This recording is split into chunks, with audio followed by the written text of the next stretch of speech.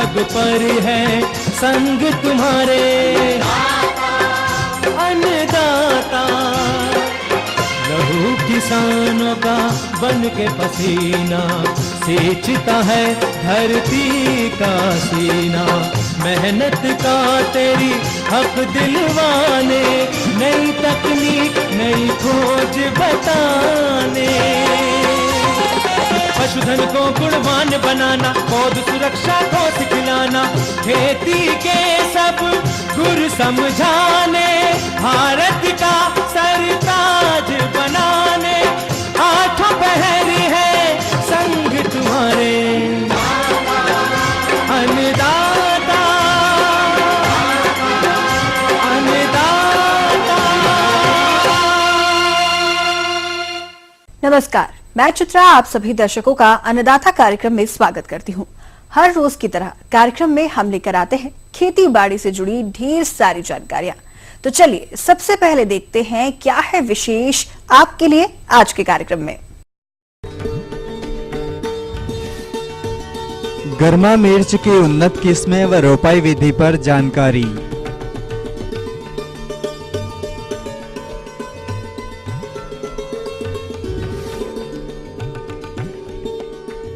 सूक्ष्म फव्वारा सिंचाई तकनीक पर जानकारी।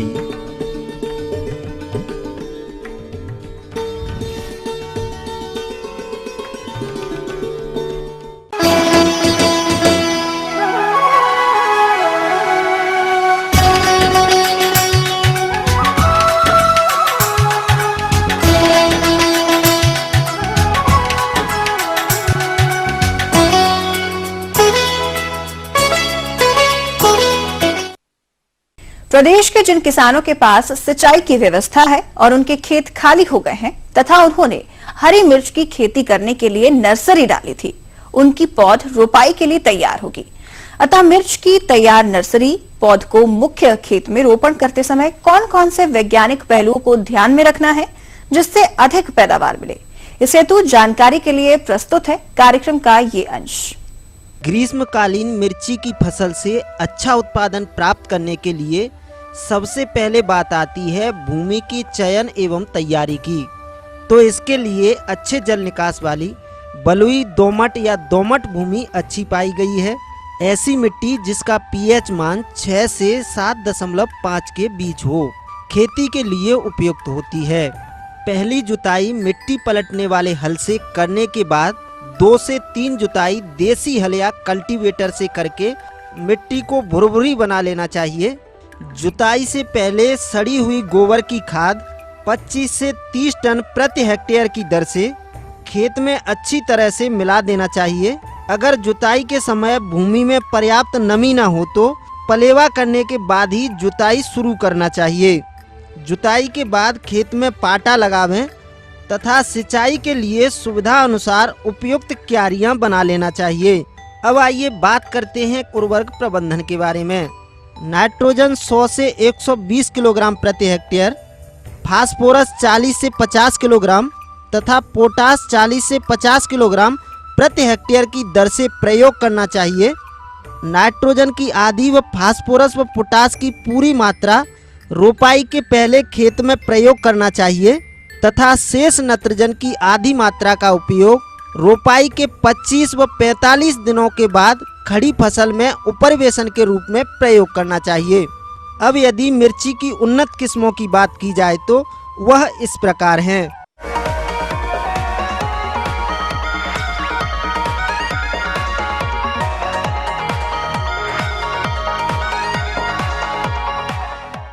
अब आइए बात करते हैं रोपाई विधि के बारे में। यदि किसान भाइयों आपने पौधशाला तैयार करके रखी हो, बीज बोने के 5 से 6 सप्ताह बाद जब पौध 15 से 20 सेंटीमीटर ऊंची बढ़ जावे व उनमें 6 से 5 पत्तियां आ जाती हैं तो वह पौध रोपाई के लायक हो जाती है। पौधे निकालने से पहले हल्की सिंचाई करना चाहिए, तत्पश्चात पौधशाला से पौधे निकालना चाहिए। इसके अलावा कार्बन डाइजिम नामक दवा की 3 ग्राम मात्रा प्रति लीटर पानी के हिसाब से घोल बनाकर पौध उपचार कर लेना आवश्यक होता है। पौध हमेशा विश्वसनीय स्थान से ही खरीदना चाहिए। पौध कीट व रोगों से मुक्त होना चाहिए। रोपण का सर्वोत्तम समय सायंकाल का है, जब धूप कम हो जाती है। जिस दिन वर्षा की आशंका हो, आकाश में बादल मंडरा रहे हों या हल्की वर्षा हो रही हो तो रोपाई करना उत्तम रहता है, क्योंकि ऐसे मौसम में शुष्क मौसम की अपेक्षा पौध अधिक जमती हैं तथा उनमें पानी का ह्रास नहीं होता है।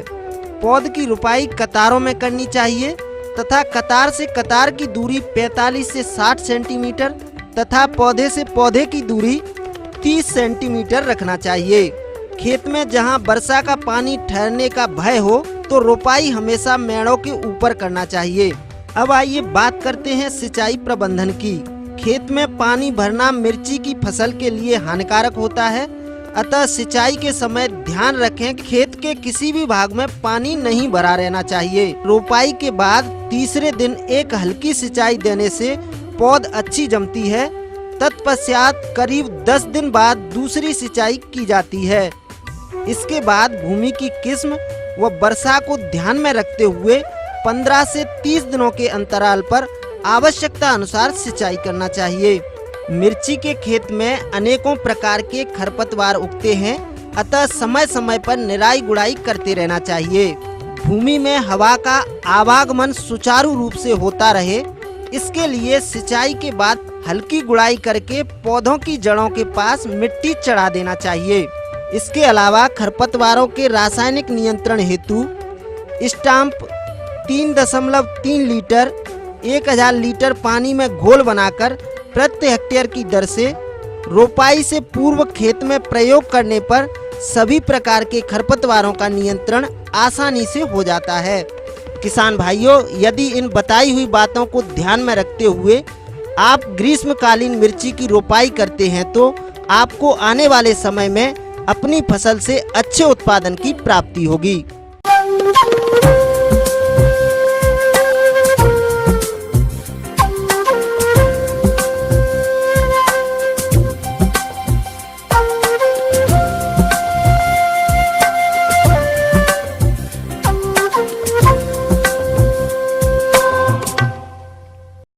दिनों दिन गिरते हुए भूमि जल स्तर के कारण आज के समय में कृषि करना मुश्किल प्रतीत होता है।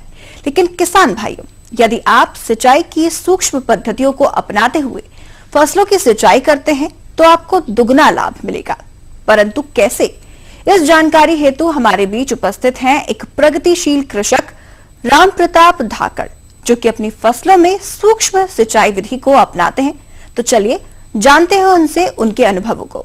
मैं माइक्रो स्प्रिंकलर का यूज़ करीब 2 साल से कर रहा हूँ और इसमें हमें यह फ़ायदा मिल रहा है कि 1 एकड़ में अगर अपन देखें तो मिनिमम स्टार्टिंग में अपने को 7 से 8 घंटे इसको चलाना पड़ता है। लेकिन 7 से 8 घंटा अपन अगर जैसे क्या अपन पहले जो पिछली खेती करते थे उसमें क्यारी में पानी भेजते थे, क्यारी में जो पानी लगता है उससे इसमें 50% पानी लग रहा है। अपने को पानी की बचत हो जाती है, समय की भी बचत हो रही है। समय की तो बहुत सारी बचत हो रही है आपको, मतलब अगर क्यारी में पानी भेज रहे हैं तो आपको खेत के पास ही रहना पड़ता है। और यहाँ पे तो आपने अगर एक बार पंप चालू कर दिया 5 से 6 घंटे आप आराम से घूम फिर सकते हैं। कोई मोटर नहीं चलाना, कुछ नहीं, मतलब क्यारे नहीं पलटाना है, कुछ भी नहीं करना पड़ता है। इसके लिए कुछ प्रमुख घटकों की आवश्यकता होती है, जिसमें मोटर पंप, यदि आप उर्वरक देना चाहते हैं तो उर्वरक टैंक, दबाव नियंत्रण करने के लिए कंट्रोल रूम, पाइप एवं एमीटर्स होते हैं। एमीटर्स वो होते हैं जो फील्ड पर पानी को उत्सर्जित करते हैं। साथ ही साथ यदि हमें फ्लैट खेत में पानी देना होता है तो इसके लिए हमें 1.5 से 2 किलोग्राम प्रति वर्ग सेंटीमीटर का दबाव बनाकर रखना चाहिए, जिससे पानी का समान रूप से वितरण आपके खेत में हो सके। किसान भाइयों, फव्वारा चलाने की अवधि फसल एवं मिट्टी के प्रकार पर निर्भर करती है। सामान्यतः बुआई से पूर्व 3 से 4 घंटे व खड़ी फसल में 2 से 3 घंटे इसको चलाना चाहिए। यह एक नियंत्रित सिंचाई पद्धति है, जिसमें पाइपों के माध्यम से जल को नोजल द्वारा वर्षा की तरह जमीन पर डाला जाता है। सिंचाई स्रोत में उपलब्ध पानी की मात्रा के अनुरूप नोजलों की संख्या कम अथवा ज्यादा की जा सकती है और प्रदेश में बोई जाने वाली लगभग सभी फसलों में फव्वारे से सिंचाई की जा सकती है। तो समय की तो ऑलरेडी बचत हो रही है, उसके बाद अपने को व्यक्ति जो मजदूर लगते हैं मजदूरी की बचत हो रही है। का एक फ़ायदा अपने को ये भी मिलता है कि अपन जैसे सब्जी वगैरह लगाते हैं गर्मी के मौसम में, या जैसे अभी लहसुन खड़ा हुआ है आप देख रहे हैं, तो इसमें ये फ़ायदा रहता है इसका कि ये क्लाइमेट कंट्रोल करता है माइक्रो स्प्रिंकलर। गर्मी के टाइम पे लू वगैरह लगती है सब्जी वगैरह में, और अगर इसको मिनी स्प्रिंकलर अपन चलाएं तो ये पूरा एक अपना जैसे बारिश का मौसम रहता है वो जैसे मतलब पूरी इसको कन्वर्स करके मौसम की तरह पूरा ऐसा रहता है, बिल्कुल ठंडक रहती है फसल वगैरह में। और माइक्रो स्प्रिंकलर में ये फ़ायदा मिलता है हमें कि माइक्रो स्प्रिंकलर एक बार लगा देते हैं, उसके बाद उसमें कुछ चेंजेस नहीं करना पड़ता है। और यहाँ मैंने करीब 2 बीघे में माइक्रो स्प्रिंकलर लगा रखा है, जिससे मतलब इसमें हमें एक तो पानी, बिजली और समय, तीनों चीज़ों की बचत हो रही है। और पुरानी पद्धति में हमें सब चीज़ों को नुकसान हो रहा था, उसमें समय भी लग रहा था, स्प्रिंकलर को इधर से उधर फीड भी करना पड़ता था।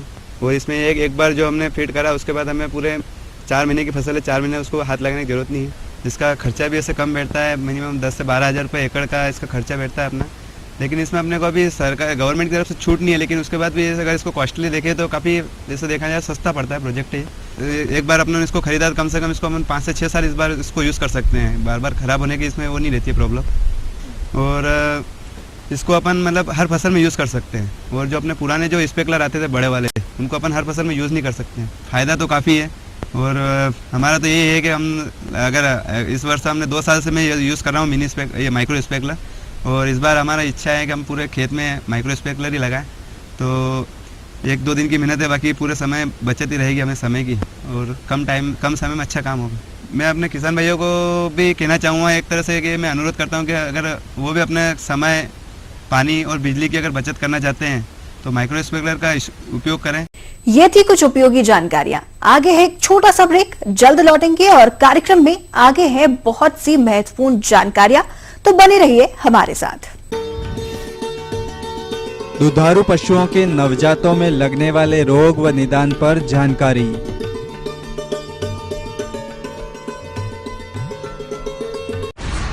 ये नहीं है कोई परियों की दास्तां, ना ही सास बहू की है ये कहानी। ये दास्तां है सच्ची वारदातों की, दिल दहला देने वाले अपराधों की। करेंगे हम पर्दाफाश ऐसे वाकयात का, दास्ताने जुर्म।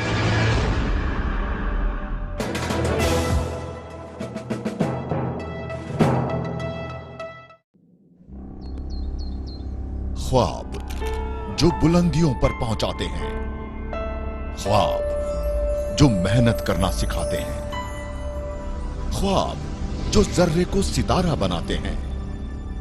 लेकिन अब भी अधूरी है कौम की तस्वीर। एजुकेशन के मामले में एक प्राइमरी स्कूल यहाँ पर मिला हुआ है, जो बहुत जमाने पहले मिला था वही आज तक चला आ रहा है। बच्चा बीमार करना पड़ा, पानी बहुत कमी है। जो यहाँ से वोट लेने के लिए आते हैं, जीत के चले जाते हैं, हम करेंगे, लेकिन कोई भी नहीं आता करने के लिए। आपके ख्वाब आपका इंतजार कर रहे हैं। देश के 20 करोड़ मुसलमानों की आवाज है ईटीवी उर्दू। पहल हमारी, इरादे आपके, अधूरे ख्वाबों की पूरी पड़ताल इस समय पर।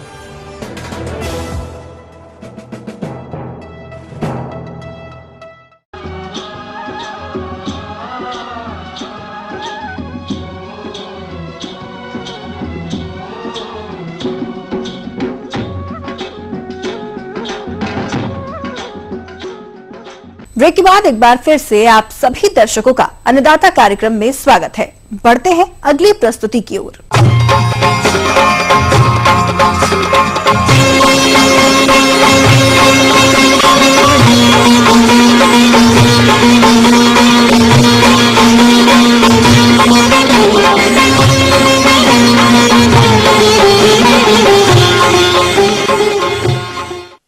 प्रदेश के लगभग सभी किसान पशुपालन व्यवसाय से जुड़े हुए हैं, क्योंकि इस समय मौसम में परिवर्तन हो रहा है। ऐसे में दुधारू पशुओं की नवजातों को ठीक प्रकार से देखरेख एवं नाभि सड़न, सफेद दस्त तथा निमोनिया की समस्या से बचाना बेहद जरूरी है, क्योंकि बहुत से पशुपालक जानकारी के अभाव में इलाज समय रहते नहीं करा पाते। इस कारण कई बार पशु से भी हाथ धोना पड़ता है। अतः पशुपालक भाइयों, आपके पशुओं में ऐसी समस्या न आए, अथवा यदि आ गई है तो आप निवारण स्वरूप क्या करें, इस बारे में जानकारी दे रही हैं बिहार पशु चिकित्सालय महाविद्यालय पटना की एक वैज्ञानिका डॉक्टर अंजना कुमारी। जिनमें से एक प्रमुख रोग है नेवल इल, जिसे नाभि का सड़ना कहते हैं। यह बीमारी हाल ही में पैदा हुए बछड़ों में होती है, जिसमें कि नाभि में मवाद पड़ जाता है तथा शुरू में बछड़ा सुस्त रहता है, लेटा रहता है, दूध नहीं पीता है। उसके नाभि में मवाद पड़ने की वजह से वह गीला या चिपचिपा हो जाता है और फीवर आ जाता है। इस रोग से बचाव के लिए जब भी बछड़े पैदा होने के स्थान को साफ रखना चाहिए तथा जब नाल गिरने के बाद नाभि को कीटाणुनाशक दवा से साफ करके उसमें उस समय तक बीटाडीन लगाना चाहिए जब तक कि नाभि बिल्कुल सूख नहीं जाए। दूसरी बीमारी है सफेद दस्त, जो कि 1 माह तक के बछड़े को लगती है और यह एक बहुत ही घातक बीमारी है जिसमें क्या होता है कि अगर सही समय पे इलाज नहीं किया जाए तो 24 घंटे के अंदर बछड़े की मृत्यु भी हो सकती है। इस बीमारी में बदहजमी हो जाती है, शुरू में बुखार आ जाता है, पशु को पतला दस्त होना शुरू हो जाता है तथा कुछ समय के बाद दस्त बहुत ही ज्यादा होने लगता है जो कि गंदा सफेद या पीलापन लिए हुए होता है और इस दस्त में कभी कभी खून भी आ जाता है तथा तेज बदबू भी होती है। इससे बचाव करने के लिए बछड़ों को उचित मात्रा में खीस पिलाना चाहिए और खीस पिलाने से पहले थनों को साफ कर लेना चाहिए और ऐसा ध्यान में रखना चाहिए कि जो छोटे बछड़े हैं वो उनके वजन का 1/10वां भाग खीस पिए, ऐसा पशुपालकों को ध्यान में रखना चाहिए। तीसरी बीमारी है काफ डिप्थीरिया, जिसे मुख रोग कहते हैं। यह बीमारी छोटे बछड़ों को होती है जिसमें कि मुंह व तालू में घाव हो जाता है। इस बीमारी के प्रारंभ में बछड़े को खाने में रुचि नहीं रहता है, इसमें लगातार कमजोरी होता रहता है, बुखार आ जाता है और मुंह से लार टपकते रहता है तथा जब हम उसके मुख को खोल के देखेंगे तो जीभ, मसूड़ा, गले क्या होता है कि फफोला दिखाई देता है जो बाद में घाव का रूप ले लेता है, जिससे क्या होता है कि बछड़ा चबा नहीं पाता है। इससे बचाव के लिए बछड़े को स्वस्थ स्थान पे रखना चाहिए तथा ऐसा ध्यान में देना चाहिए कि उनका खाने पीने का बर्तन बिल्कुल साफ हो व जो बछड़े बीमार हैं उनको स्वस्थ बछड़े से अलग रखना चाहिए। चौथी बीमारी है निमोनिया, यह बहुत ही घातक बीमारी है। यह बीमारी 3 सप्ताह से लेकर 4 माह तक के बछड़ों को होती है। यह बीमारी गंदे व सीलन युक्त जगह में बछड़ों को रखने से होती है। इस बीमारी के प्रारंभ में बछड़े भूख नहीं लगती, सुस्त हो जाता है तथा नाक से पानी बहता है, खांसी आती है, बुखार लग जाता है और जब यह रोग बहुत बढ़ जाता है तो इस बीमारी में नाक से बहने वाला पानी गीला व चिपचिपा हो जाता है, सांस बहुत तेजी से चलने लगता है, सांस लेने में तकलीफ होती है, खांसी भी बहुत तेज होता है और अंत में मृत्यु हो जाती है। इससे बचाव के लिए बछड़े को स्वस्थ स्थान पर जहाँ की हवा युक्त हो तथा जहाँ सीलन न हो और तेज हवा के झोंके न आता हो वैसे स्थान में बछड़े को रखना चाहिए। और 5वां प्रमुख रोग है एस्कैरियोसिस, पेट में कीड़े पड़ना। यह दूध पीने वाले बछड़ों के पेट में लंबे व गोल कृमि हो जाते हैं। इस कृमि हो जाने के बाद बछड़े का पेट फूल जाता है, खाने में रुचि नहीं रहती, दस्त होता है तथा इसके बचाव के लिए स्वस्थ बछड़े से अलग रखना चाहिए। और ये क्योंकि जो बछड़े हैं, जो रोग ग्रसित बछड़े हैं, उनके गोबर में जो है ये कृमि के अंडे आते हैं जिसकी वजह से स्वच्छ पानी पीने के लिए देना चाहिए। समय समय पर नियमित रूप से गोबर का जांच करवाना चाहिए और नियमित रूप से कीटाणुनाशक दवा देना चाहिए। अगर हमारे पशुपालक भाई ये सब बात पे ध्यान रखेंगे तो जो हानि होती है उससे बच सकते हैं।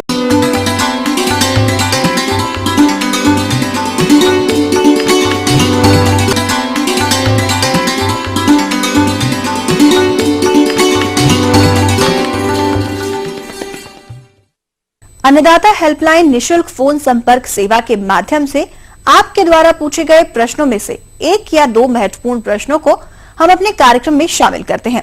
इसी के तहत आज का चयनित प्रश्न और उसका जवाब इस प्रकार है। ग्राम राजपुर, जिला सिवान के कृषक अनुराग, आप अन्नदाता निशुल्क फोन सेवा के माध्यम से आम उद्यान में फल गिरने की समस्या एवं इसके बचाव के बारे में जानकारी चाहते हैं। तो आपकी जानकारी के लिए प्रस्तुत है अन्नदाता कार्यक्रम का यह अंश। तो सबसे प्रथम किसान को चाहिए कि फूल आने के पहले कली के स्टेज में, इसको वर्ड स्टेज कहते हैं इंग्लिश में, उसमें एक टैंक प्रोडक्शन मीजर में स्प्रेइंग मोनोक्रोटोफॉस का या किसी भी इंसेक्टिसाइड्स का एक स्प्रे जरूर कर दें, जिसमें कि आपका कोई भी इंसेक्ट वगैरह उसको न लगने से फिर बचेगा। दाना लगने के स्टेज में जब फूल खिल जाए और दाना लगने लगे तो कोई इंसेक्टिसाइड का स्प्रे नहीं करना चाहिए। दूसरा स्टेज आपका आएगा किसान भाइयों को, जैसा आपने कहा, बड़ी माकूल प्रश्न कहा कि अभी किसान क्या करें। तो दाना आ जाने के बाद में मैंगो में खास करके दाना झरने का, फल झरने की समस्या बड़ी विस्तृत रूप से आती है और ऐसे जेनेटिकल कॉज भी है, उसका इन्वायरमेंटल कॉज भी है। उसके लिए किसान भाई को चाहिए कि जैसे ही दाना लगे तो दाना लगते ही आप प्लानोफिक्स करके, एक व्यवहारिक नाम है उसका, व्यापारिक नाम प्लानोफिक्स, एक्चुअली केमिकली है NAA, नेफ्थलीन एसिटिक एसिड उसको कहते हैं। उसका 200 ppm पार्ट पर मिलियन के हिसाब से, ऐसे आप व्यवहारिक तौर पर उसको 5 ml 10-12 लीटर पानी में घोल करके इसका भी 3 स्प्रे करके, फल जब मटर से भी बढ़ जाए तो 15 दिन के अंतर पर, इसका मतलब कि मिडिल ऑफ फरवरी से आप करें, अगर मार्च आ गया तो अभी एक करें, एक 15 मार्च को करें, फिर अकॉर्डिंग टू वैरायटी, ये नहीं कि अगली वैरायटी का फल जब बड़ा हो जाएगा तो उस पर उतना काम नहीं करेगा जितना कि ये काम करेगा। तो किसान भाइयों को अभी फिलहाल आपको ये चीज करना बहुत आवश्यक है। जिला भागलपुर के कृषक रविशंकर, आप अन्नदाता निशुल्क फोन सेवा के माध्यम से चना फसल की कटाई, मड़ाई तथा भंडारण के बारे में जानकारी चाहते हैं। तो इसे तो जानकारी के लिए प्रस्तुत है अन्नदाता कार्यक्रम का यह अंश। चने की फसल जो समय पर बोई गई थी वो लगभग पकने की स्थिति में है। कुछ किसान भाइयों ने अक्टूबर में ही चने की जो फसल बो देते हैं, उनकी फसल कटाई पे चल रही है। चने की फसल की कटाई के समय हमें इस बात का ध्यान रखना चाहिए कि कटाई सही समय पर की जाए। यदि हम चने की फसल को जल्दी काट लेते हैं तो दाना छोटा रह सकता है और दाने की क्वालिटी खराब हो सकती है। इसी तरह देर करने पर भी दाना झड़ने के कारण और अन्य कारणों से नुकसान हो सकता है और हमें उत्पादन में कमी का सामना करना पड़ता है। किसान भाइयों, सही पकने की पहचान करके ही हमें चने की कटाई करना चाहिए। चने की पत्तियों का रंग जो है सुनहरा हो जाता है और आमतौर पर पत्तियां गिर जाती हैं, दाने कड़क हो जाते हैं और अपने पूर्ण आकार को प्राप्त कर लेते हैं। इस समय हमें चने की कटाई करना चाहिए। चने की कटाई हाथ से, हंसिए या दराते द्वारा की जाती है। हमें सही परिपक्वता पर कटाई करने का अवसर मिलता है और हम काट लेते हैं तो हम इन्हें 2-3 दिन तक खेत में सुखाने के बाद हमें तुरंत इनका एक जगह एकत्रीकरण करके चने के पौधों का और इनको ढक देना चाहिए, जिससे जो मौसम की अगर कभी प्राकृतिक आपदाएं आती है, असामयिक वर्षा होती है, ओलावृष्टि आदि जैसा कि हम इस वर्ष देख रहे हैं, तो इस समय अगर हम काट के इनको ढक दें, होने वाले नुकसान से हम फसल को बचा सकते हैं। इसके बाद हमें कोशिश करना चाहिए कि यथासंभव शीघ्र ही घाई करें। घाई करते समय अधिक RPM पर थ्रेशर को न चलाएं। किसान भाइयों, यदि हम अधिक RPM पर थ्रेशर चलाकर चने की घाई करते हैं तो इससे अंकुरण क्षमता प्रभावित होती है और बाजार में उसका भाव अच्छा नहीं मिलता है। सामान्य RPM पर थ्रेशर को चलाना चाहिए। यदि हमें बीज रखना है इस फसल का तो बीज के लिए हमें हाथ से डंडों द्वारा ही कुटाई करनी चाहिए और हाथ से घाई करके ही बीज को अलग करना चाहिए। दाने की घाई के बाद हमें इसको सफाई करना चाहिए और हो सके तो इसकी ग्रेडिंग अवश्य करना चाहिए। ग्रेडिंग करके इनको बाजार में यदि हम बेचेंगे तो हमें अच्छा मूल्य प्राप्त हो सकेगा, जिससे हमें अधिक आमदनी प्राप्त हो सकेगी। यदि हमें चने का घाई करने के बाद इसका विक्रय नहीं करना है तो फिर हमें इसका भंडारण करना चाहिए। भंडारण करने के लिए उचित नमी तक इनको सुखा लेना चाहिए। आमतौर पर यह देखा गया है कि 10 से 12% तक की नमी जो है चने के लिए उपयुक्त होती है। यदि हम इस प्रतिशत पर चने को सुखाकर इसका भंडारण करते हैं तो कीड़ों आदि से बचा जा सकता है। भंडारण के समय हमें कुछ विशेष सावधानियों को याद रखना चाहिए। मुख्य रूप से जब हम चने का भंडारण करें तो इसको कोठियों में भंडारित करें। पूसा कोठी का उपयोग हम कर सकते हैं। इसको हमें जमीन की सतह से यानी कि फर्श से थोड़ा सा ऊपर रखना चाहिए। ईंटों पर पट्टियाँ बिछाकर इन कोठियों को रखना चाहिए और कोठियों में दाना भरने के समय हमें EDB एम्पुल या एल्यूमिनियम फॉस्फाइड नामक दवा का इस्तेमाल करना चाहिए। दोनों में से किसी एक दवा को रखने के बाद कोठी को अच्छे से पैक कर देना चाहिए। तो किसान भाइयों, अभी चने के लिए सामयिक सलाह यही है कि आप समय पर अच्छे तरह से दांतेदार हंसियों द्वारा चने की कटाई करें। कटाई के बाद उसको उचित नमी तक सुखाएं और उसकी गाही करें। गाही सही RPM पे करें और सही RPM पर करने के बाद सफाई ग्रेडिंग करके उसका उचित भंडारण करें अथवा विक्रय करें।